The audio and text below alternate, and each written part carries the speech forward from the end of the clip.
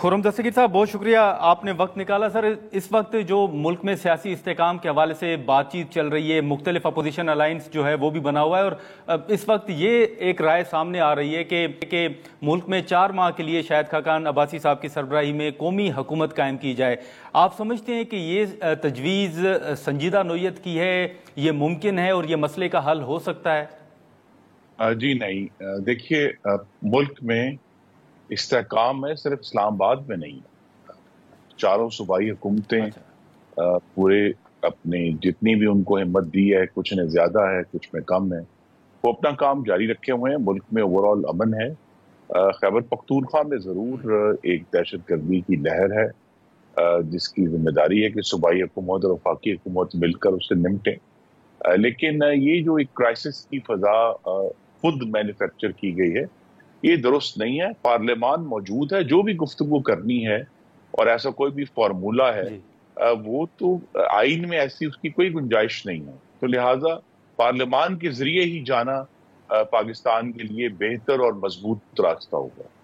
लेकिन खुर्रम दस्तगीर साहब, अब तो पार्लियामान में मुदाखलत की भी बात की जा रही है। कहा जा रहा है कि एक इदारा दूसरे इदारे के काम में मुदाखलत कर रहा है। आप माजी में अगर देखें तो माजी में भी मुस्लिम लीग नून ने यह कहा था कि पार्लियामान को एक शख्स चला रहा है। अभी भी आप देख रहे हैं कि पार्लियामान में वाकई मुदाखलत हो रही है किसी इदारे की तरफ से?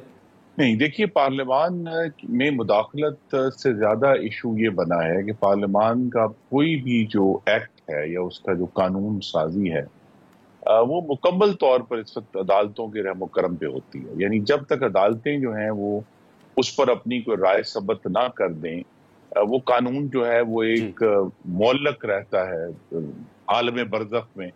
और हमने ये भी देखा है कि अब पाकिस्तान में एक ऐसी रवायत बन गई है कि हर कानून ही चैलेंज होता है अदालतों में।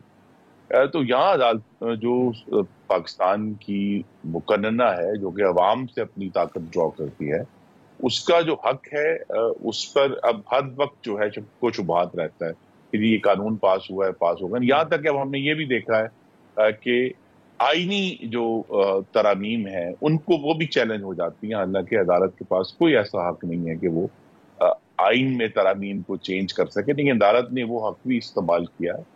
तो लिहाजा ये एक तनाव अपनी जगह पर मौजूद है और इसका हल जो है वो यही है कि जो सरबराहान है, एक तरफ स्पीकर हैं या वज़ीर आज़म जो लीडर ऑफ द हाउस हैं और दूसरी तरफ चीफ जस्टिस हैं, अब ये ऐसा तनाव है जिसमें कोई निगोशिएशन भी नहीं हो सकती है। लेकिन कि वो एक इंडिपेंडेंट इदारा है, दूसरी तरफ एक इंडिपेंडेंट इदारा है, लेकिन कोशिश यही करनी चाहिए कि इस मामले को सबसे बेहतर हल जो अभी इसका है वो यही है कि फाजिल जज साहिबान जो हैं वो अगर अपनी गुफ्तगू को अपने फैसलों तक महदूद रखेंगे और उनके जरिए बात करेंगे तो फिर तनाव कम होगा। लेकिन हमने देखा है कि बेंच से ऐसे रिमार्क्स आते हैं, ऐसी तकारीर आती हैं जो कि अदालत को आज खुद सियासत में घसीट कर लेकर जाती हैं, और फिर जब अदालत सियासी मैदान में कदम रखती है तो फिर उसका जवाब भी आएगा। तो ये एक रिस्ट्रेंट है जिसे दोनों